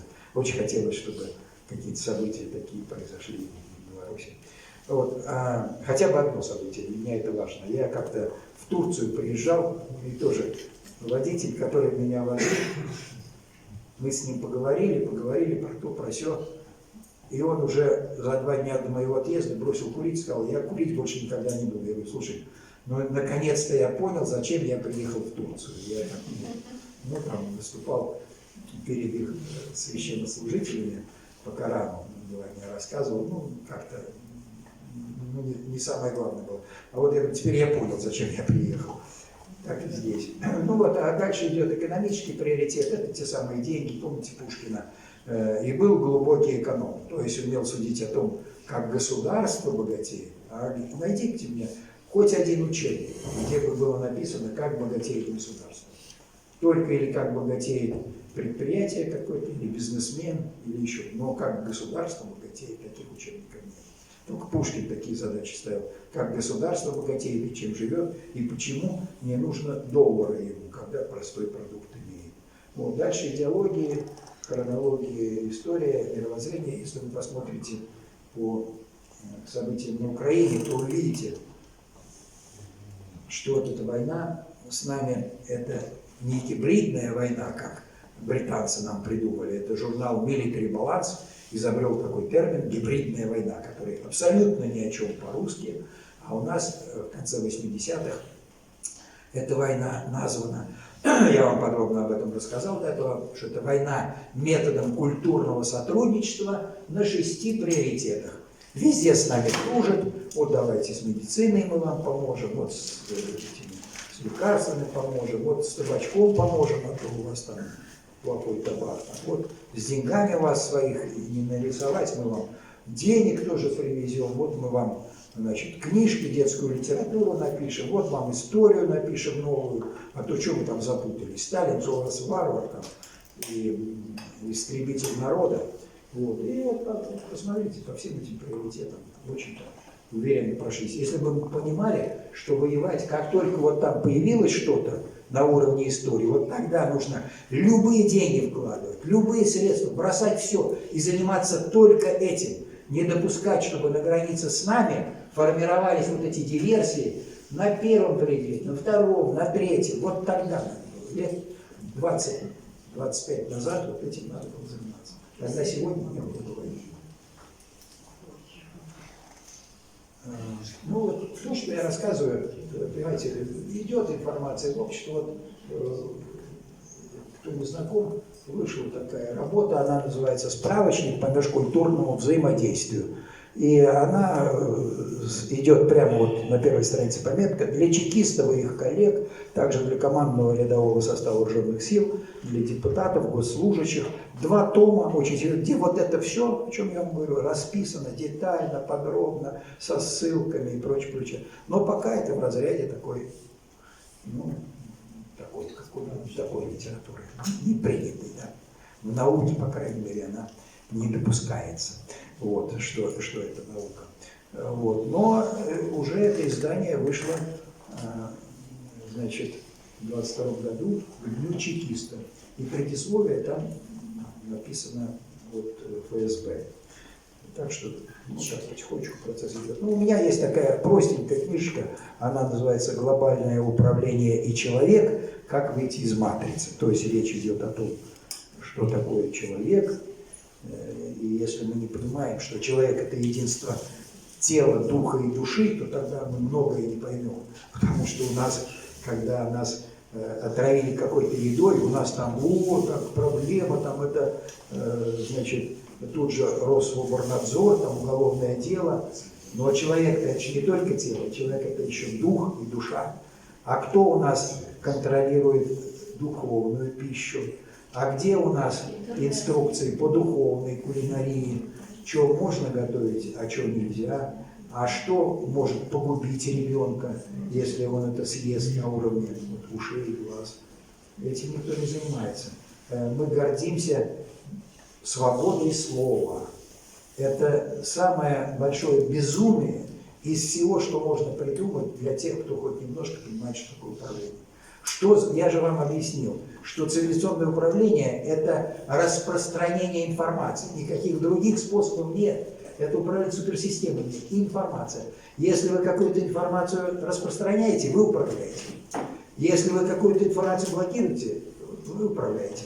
А если вы легли на спину и говорите, а у нас свобода слова, так значит, вами управляет просто. Ни в коем случае нельзя допускать ту информацию, которая калечит дух ребенка, которая калечит дух семьи, дух женщины, дух мужчины, понимаете? Вот что самое страшное. И это называется не цензура, которой все боятся. Это называется Роспотребнадзор, но в сфере духовной пищи. Точно такой же. Потому что пырнуть ножом по телу – это полбеды. Это заживет через месяц и ничего не останется. А вот пырнуть ножом психологическим по биополю – это не заживает иногда всю жизнь. Остается травма на всю жизнь. Вот ребенку может быть нанесена травма в возрасте 7-10 лет, и до конца своих дней он с этой травмой, у него уже будет сломана психика, и он будет всегда, так сказать, не тем человеком, которого можно назвать здоровым. Поэтому здесь нам надо искать новый подход, в том числе и терминологический. Ну и, конечно же, вот, иногда слушаешь, дел даешь, что у нас там про идеологию говорят, понимаете. Вот то, с чего мы с вами начинали, цели, смысл, понимаете, вот Конституция 1936 года, да, вот варварские времена, как сейчас пытаются давать. Так вы прочитайте, для чего хозяйственная жизнь ведется. В интересах увеличения общественного богатства, неуклонного подъема материального и культурного уровня трудящихся, укрепления независимости СССР, усиления его обороноспособности. Вот строчки из Конституции, от них могут быть отклонения. Вот ты можешь прийти и сказать, ребята, это конституционное требование. А теперь посмотрим на нашу Конституцию. Говорят, у нас нет идеологии. Я вас уверяю, что это глубочайшее заблуждение. Ну как такие нелепости говорить, что у нас нет идеологии? Почитайте главу 1, статья 2 Конституции. Человек, его права и свободы являются высшей ценностью. Признание, соблюдение и защита прав и свобод человека и гражданина – обязанность государства. Это несменяемая статья 2 главы 1. Она на 100% до единого слова совпадает с определением либерализма. Вот ни одного, вот ниже у меня из Википедии написано определение либерализма, и найдите хоть одно слово, чтобы отличалось от базовой статьи Конституции и от, того, что называется либерализмом. Но, как же мы говорим, это запрещена любая другая идеология, кроме идеологии либерализма. Вот в чем вопрос-то. Потому что там статья следующая, 13 глава, да, она запрещает любую идеологию. Ну так любую другую, кроме той, которая разрешена статьей 2 главы 1. Вот. А у нас аналитика даже не удосужится вот прочитать 2 главы. Ну как так? Мне это не понятно. Кто сказал, что у нас нет идеологии, если она разрешена совершенно открыто? Ну и вот я здесь, собственно, тоже, я говорил это в основном выступлении, тоже вот хочу вам еще раз показать, что такое устойчивость валюты. Вот это, видите, можете вот это пометить, и в интернете наберете, то же самое увидите, это у меня скриншот оттуда. Значит, официальные курсы Госбанка СССР по соглашениям СССР на 1 апреля 2025 года, самые свежие данные. Сегодня за 1 евро дают 58 копеек, за 1 доллар 55 копеек. Вот это сегодняшний курс. Вот это называется обеспечить устойчивость рубля, да? Потому что у нас Центробанк отвечает за что? За обеспечение устойчивости рубля. Ну и теперь сравните, как эта, значит, устойчивость обеспечивалась Сталином и как обеспечивается устойчивость сейчас. Вот. Почему? Потому что у Сталина была привязка, значит, к конкретному материальному носителю. Это должен быть какой-то продукт, либо золото, либо энергия, либо еще что. Золото – это возврат в 18 век, а сегодня энергия. Вот. Когда есть здравый смысл, посмотрите, динамика изменения цен, это тоже вот пропагандистам, может, эта табличка будет полезна, как менялись цены с 47 по 52 год. Всего-то, посмотрите, 5 лет. И вот справа это 52 год, а слева 47-й год. Так посмотрите, по всем буквально параметрам ценник-то упал в 2 раза за 5 лет. Не просто там на процент. Вы помните, 1 апреля, ну вы-то не помните, но я-то помню. Значит, 1 апреля ежегодно в обязательном порядке снижались цены. И все думают, ну, наверное, там на 3 копейки. Да ничего подобного. В 2 раза. Вот где-то осталось 37 рублей вместо 100, где-то 54 вместо 100, 42, видите, вот так. Ну, по крайней мере, в 2 раза за 5 лет снизились цены. И почему после этого новой властью, да, 1 апреля был провозглашен годом дурака, ну, днем дурака, да, ну, действительно, в новой концепции, ну, как это? Если люди вам платят, зачем цены-то снижать? Не надо повышать. Вот. И, ну, действительно, с позиции сегодняшнего дня это выглядит как день дурака. Да? Ну, как люди покупают, а вы цены снижаете. Зачем? Вот. Вот так. И следующая табличка тоже вот для пропагандистов очень знаковая. Вы ее не просто найдете, но когда-то ее сформировал. Вот. Вот по годам. Это данные Менделеева. Дмитрий Иванович Менделеев, у него есть работа такая «С думой о благе российском». Работа, которые нынче не пишутся. Вот. У него так и называется «С думой о благе российском».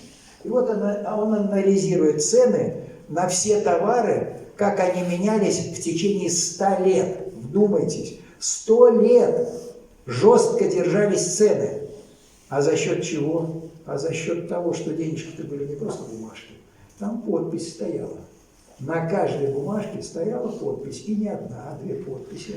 И дальше уже ваше право. Или доверять тем людям, которые это подписали, или нет. Вот что такое были деньги. И вот посмотрите тесть по этому ценнику. Вот здесь цена в 1794 году, а там 1895, через 100 лет. Так вот, посмотрите, только первые 3 товара, они подорожали, да? А вот если там за 100 брать, то 100 лет назад средняя эта цена была 172 рубля, то есть почти в 2 раза цены снизились за 100 лет. В течение 100 лет устойчиво снижались цены по годам, практически на все. Подорожало только немного мяса, коровье масло и кофе. А медь, железо, шелк, сахар, сало, дерево, пшеница вот резко подешевело. Причем за 100 лет в 2 раза, видите, в 3 раза сахар подешевел, в 2 раза подешевела пшеница за 100 лет. Менделеев спрашивает, значит, анализирует это все. Ну а что тут удивляться? Конечно же, производительность труда повышается. Но если производительность труда повышается, то, естественно, ценник снижается, ну, само собой. И как-то люди понимали, что вот нынешнее это самое заклятие, что вот инфляция это вроде ну, от Бога. Как это без инфляции? Просто ну, в следующем году инфляция будет нам такой, а кто он такой? Да это не прогноз, это программирование. То есть, если вы сказали, что инфляция, Центральный банк выходит и говорит, ну вот в следующем году инфляция будет, наверное, там 10%. Ну тогда сразу все остальные ценники поднимают на эти суммы, и, конечно, будет инфляция. А откуда она возьмется, если нормальное управление хозяйством? Так понимаете, мы утратили вот такие самые элементарные, самые азбучные истины, всем были понятны 100 лет, а теперь уже 200 лет назад. Это было все понятно. А мы сейчас, я говорю, что, на мой взгляд, 2 теста таких на, насколько уже с мозгами у нас не совсем норма. Да? Первый тест для толпы – это тест, как я говорил, на плоскую землю. Вот земля плоская. И смотрят, сколько там в чате участников, кто обсуждает эту тему. А второй тест. А вот если повышает ставку ЦБ, то тогда инфляция снижается. Да? И тоже обсуждают. Ну, ребята, что-то обсуждать. Единственным первичным источником инфляции является учетная ставка ссудного процента. Учетная ставка Центробанка или ссудный процент. Это первичный источник. Все остальное там вторично. Поэтому, к сожалению, такие вещи у нас. Но я здесь не буду дальше, наверное, уже рассказывать, но важно, что и сейчас понятно, как можно сделать деньги с ЭФ. Для этого нужна мера в экономике, потому что без меры, то есть нужно деньги к чему-то привязать. Если они просто бумажка, то будет всегда получаться, что получается и сегодня. Вот. А такой привязкой может быть, конечно, нефтяной эквивалент или тонна условного топлива или киловатт-час. То есть киловатт-час, он и через 1000 лет будет киловатт-часов, понимаете? Вот он не может измениться. Если вы ввели один БРИЦ и приравняли его к нефтяному эквиваленту, ну, нефть бывает разная, да? Газ тоже бывает. А вот киловатт электричества, он не может поменяться даже через 1000 лет. Спрос на него может меняться, но это будет вполне понятная как бы вещь, да? Вот. Так, я смотрю, уже у нас 4, да? Да, можно с вопросов переходить. Да, тогда я на этом завершу. Я просто сейчас для тех, кто интересуется, я просто пролистаю, вот даже американцы там, видите, Лектора в свое время вводили, договаривались над национальной валютой. Вот по экономике Кристалл Роста расписывает сталинскую экономику в фактологии, а вот книжка «Экономика инновационного развития», она расписывает это экономику сталинскую. А сейчас вышло только что экономика инновационного развития уже от ВП СССР, не авторской культуре, потому что в авторской культуре многие вещи озвучивать сейчас опасно, как говорится. Вот это я говорил, что Генри, вот, это как раз вот табачные компании. Вот. Ну и главное, конечно, как нам расселяться. Или вот так жить. И Белоруссия, кстати, хочу сказать, я работал над этим проектом, Белоруссия могла бы уделить весь земной шар. У нас был такой разработан проект «Одноэтажный Белоруссии». Немножко подрасселить Минск. В Минск уже скоро бы приезжали на экскурсии, просто посмотреть, а как это так жить без пробок. Это ваше единственное достояние. И, к великому сожалению, вы пытаетесь догнать кого-то. Пробки появляются в Минске. Это, конечно, очень больно. У меня просто вот скрежет в сердце, когда я вчера вот, мы в пробках посидели вот здесь.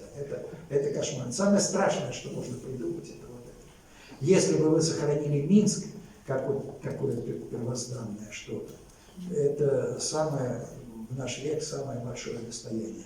И у нас была разработана вся территория Белоруссии, и был разработан проект, когда вот вся территория покрыта, у нас там все точки рассчитаны, сколько таких точек, как и там обеспечить занятость и проживание вот в таком режиме, когда все центры необходимые, ну в центре все необходимое, а живут люди вот так примерно, и весь земной шар выстроился в очередь к нам. И вы бы выпустили криптовалюту, и вы могли бы привлечь любые миллиарды. Вот ни одна страна в мире не привлекла бы столько средств, сколько привлекли бы.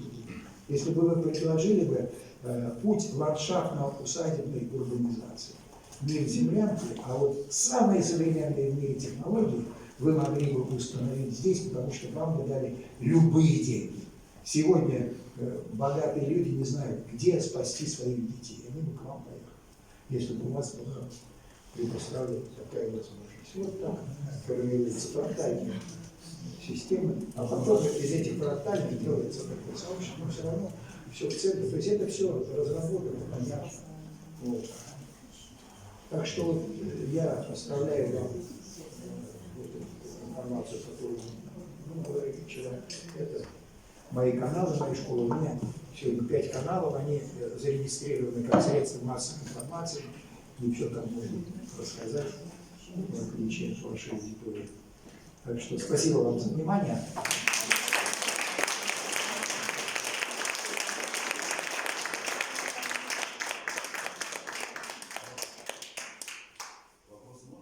Я старался вдоль вперед, чтобы на все вопросы ответить заранее, которые мне задавались. Но если какие-то остались, то давайте попробуем. Если вот реально можно влиять на мнение этого глобального предиктора вспышечками, может быть, попытаемся сейчас одну вспышечку еще, ну, вы сегодня уже большую вспышку уже создали, вот, еще одну маленькую, ну, если оваль поставите, как вам слышится, если, допустим, сейчас в состав союзного государства добавить, допустим, еще 2 государства? Вот в рамках той проблемы, то, что сейчас идут переговоры, значит, как урегулировать конфликт, условно говоря, Россия-Украина, на самом деле там Украина-Запад. Если вот, допустим, Крым выделить в отдельную там республику и Новороссию создать, да, как, может быть, в нее добавить там Николаевскую, Одесскую область. И если вот в союзном государстве будет не 2 государства, Россия и Беларусь, а еще добавится там Республика Таврическая, там, Крымская, да, и там Новороссия, например. Ну, видите, уже да, но Россия же может восприниматься этим, это же я считаю, что не соглашусь с таким предложением. Почему? Нам, дай Бог, организовать хотя бы Россию и Беларусь. У нас с этим ничего не получается, прям скажем. Это совершенно не тот вариант, который вот меня удовлетворяет. Строим наше союзное государство хотя бы в такой миниатюре, понимаете? А сюда еще нам надо хотя бы вот это ядро сохранить. Ну, опять же, там тоже так. Претензии сегодня даже у тех же радикальных бендеровцев, да, у них же претензии не к русским, не к России, а к москалям, условно говоря, да, у них там москали вроде как виноваты. Так, может быть, все-таки в этом плане тоже какие-то корректировки думать над этим, где центр русской цивилизации. Нет, я ничего не исключаю, да. И Крым, может быть, здесь, правда, может быть, там какое-то место есть под Симферополем, вот прямо из аэропорта, поселок Новый Мир, например. Не, мы с вами касались этой темы кратко. Я просто говорю, что я понимаю, что сегодня возможно разные варианты. Виктор Алексеевич, вопрос тоже. Да я слышу хорошо. Да, смотрите, значит, ну как бы в порядке, раз такая возможность есть, вопрос очень принципиально обсудить. Вот вы уже как бы не первый раз в своем выступлении говорите, что вот термин гибридная война это британский. И я не спорю. Я тоже также согласен, что термин вот, современной войны это метод культурного сотрудничества и тоже не спорю. Так? Но за 35 лет распространения концепции общественной безопасности этот термин так и остался вот в рамках вот этого сообщества. Вот. А вот термин гибридная война уже 2 года назад подписал в своем документе президент. Он подписал указ и сказал, да, против России ведется гибридная война. И в этом случае что нам делать? Разоблачать, что термин неправильный? Или брать этот термин и наполнять своим содержанием? Вот моя позиция как раз последняя. Есть термин, ну вы говорите его, ну и хорошо. А мы своим содержанием наполним, вы, так сказать, потом будете жевать. Потому что, конечно, куча литературы, которая называется «Гибридная война», там вообще никакого содержания нет. Они как раз наоборот скрывают. Вот в этот момент... Вопрос абсолютно, я тоже говорю, что здесь, конечно, и сила наша, что мы каждый думает по-разному, по-своему. Я вам скажу свое мнение. И один, может быть, ну вы знаете, как мудрец один к нему пришли два человека, которые вот, ну, категорически раскандалились, они прям противоположной точки зрения, и к ним третий их привел, говорит, вот, суди, кто из них все-таки прав. Он говорит, ну расскажите мне, судья. Один рассказал, он говорит, ты прав, абсолютно прав. Вот второй рассказывает, он послушал, слушай, ты прав, ты прав. Третий говорит, слушай, как же так? Этот говорит одно, этот другое. Ты какую-то хрень говоришь, что и этот прав, и этот прав. Он ему говорит, и ты прав. И поэтому я вам точно так же могу сказать, что вы правы, но у меня своя правда. Я считаю, что если говорить о глобальном управлении, то миром правят термины и определения. Термины правят миром, а не какие-то текущие события. Если говорить о долгосрочной перспективе, пока мы остаемся в терминологии Запада, сегодня мы живем в библейской концепции управления. Нам навязана терминология, и мы дальше садимся в эту терминологию. И пока мы в этой терминологии, мы из нее не выскочим. Никогда. Поэтому кто-то должен сегодня тактические задачи решать. Да, ну, чтобы народ понял, ребята, вот гибридная война, давайте то-то. И хорошо, я не против. Но я говорю о том, и говорил это подробно вот в первой части своего выступления, что я работаю на режим автосинхронизации. И когда вы говорите, что вот этот термин никто не знает, я вас уверяю, не так. В конце 80-х годов этот термин знали единицы. Потом его стали знать десятки, потом сотни, потом тысячи, потом десятки тысяч, а сейчас сотни тысяч. На моем канале 400 тысяч подписчиков. Они не то, что знают, они наизусть это знают. Они преподают в этой лексике. То есть формируется новое сообщество, в новой терминологии уже.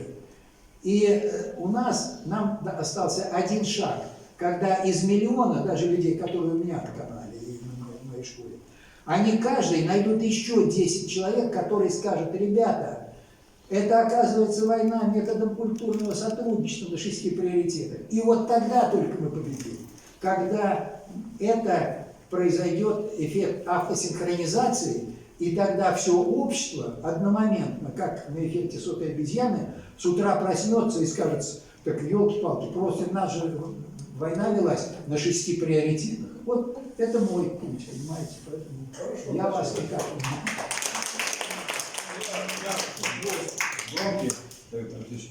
не... Еще раз. Далее.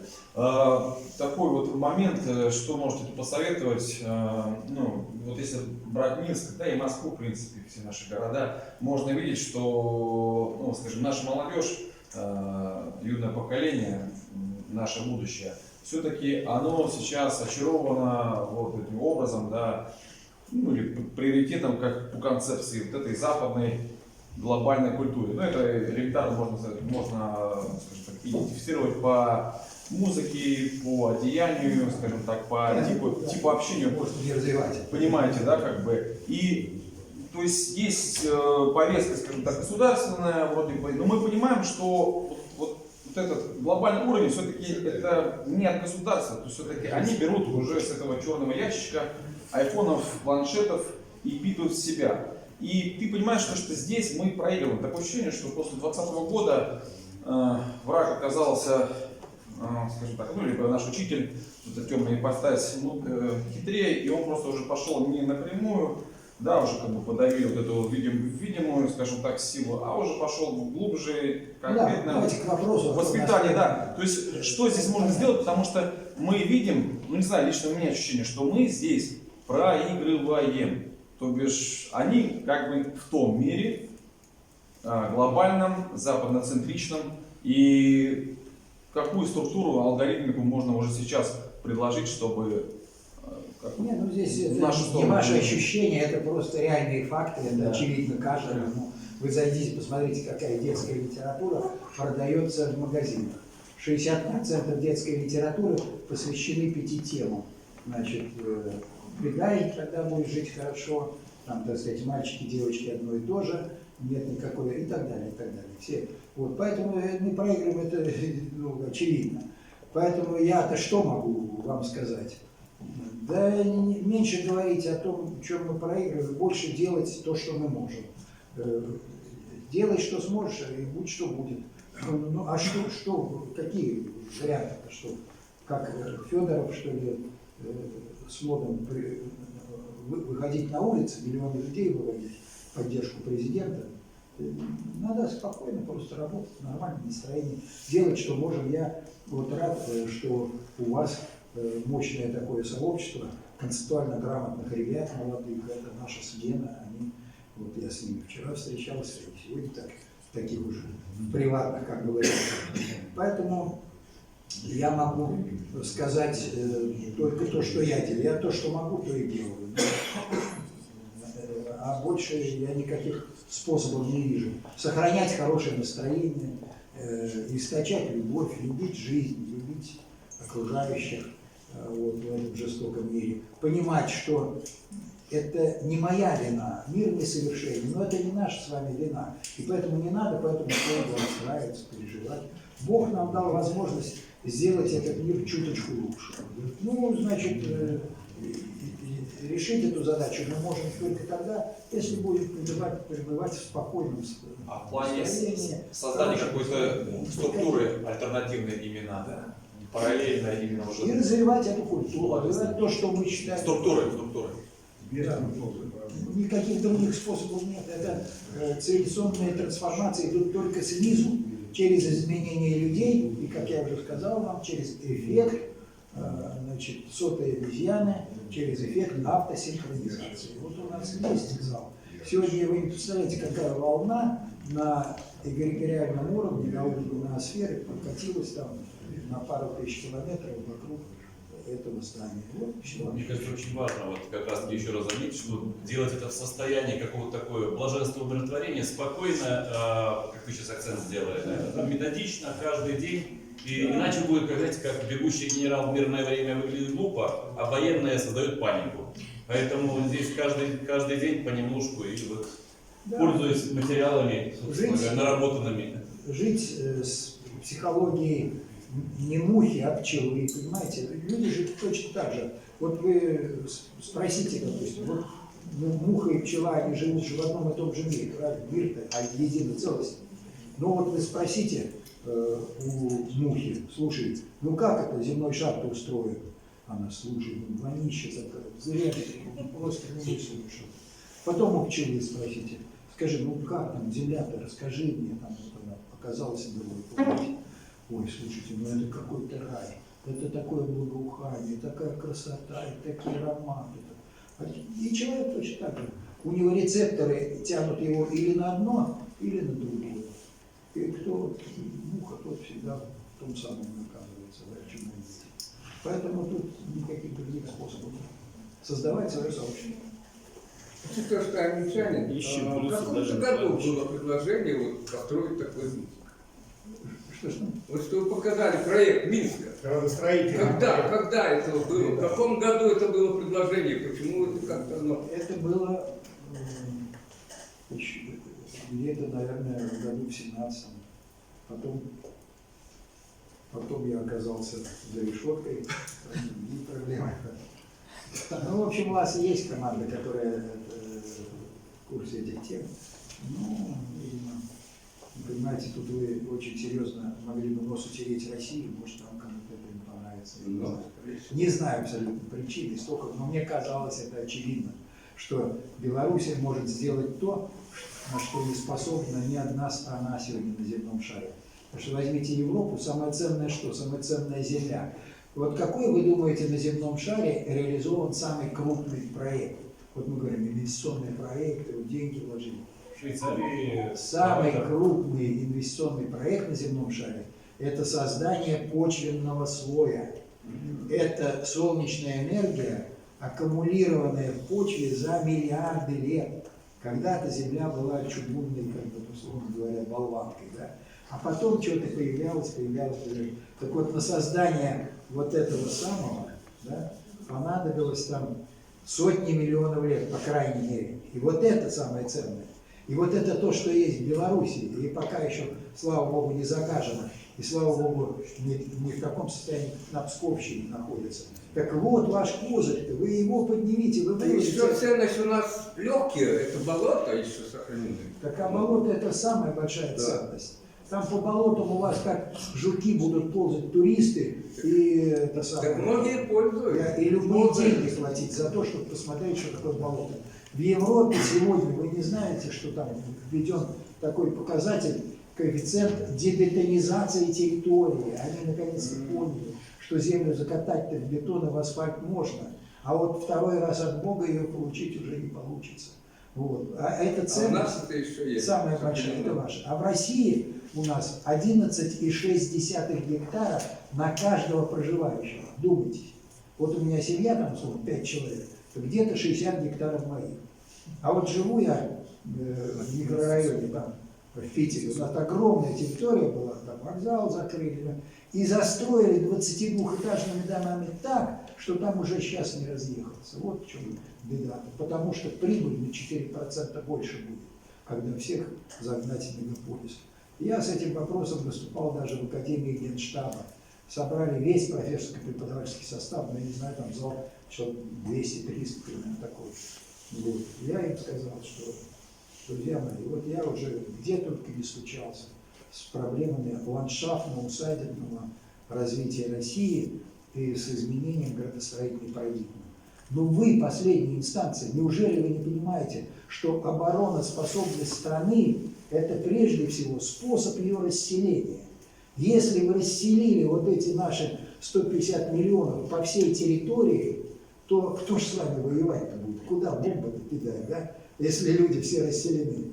А если вы поселили народ вот в эти 5 точек мегаполисов, так один удар, и у вас 80% технологий населения погибло. Ну, вы-то хотя бы можете этот вопрос поставить? Но когда я выступал, у них, видимо, был пик значит, формирования прибыли. Особенно сегодняшнему дню. Поэтому, да, вот я не знаю, но мне очень хотелось, чтобы вот ваше концептуальное движение, по крайней мере, эту проблему понимало, что ваше золотое дно – это ваша территория.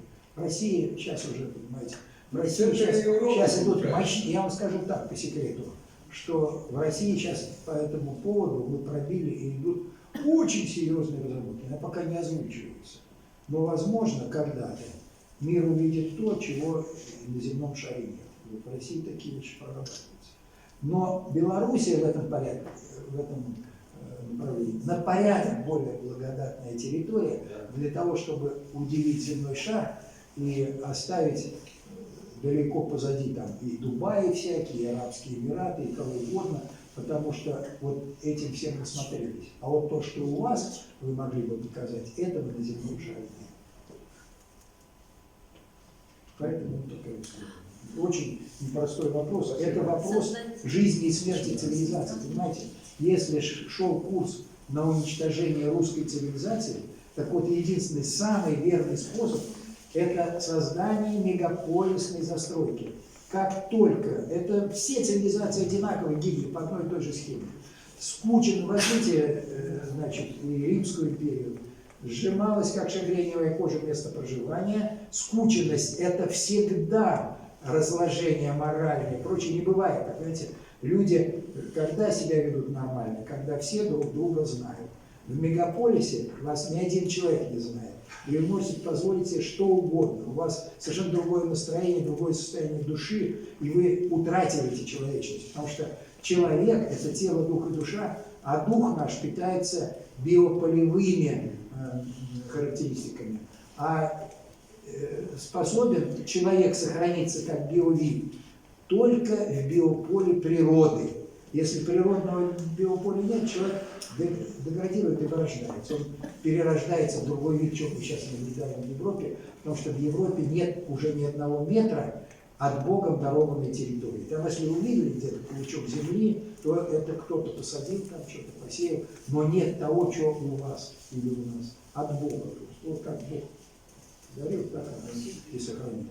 И вот только в таких местах сохраняется биовид.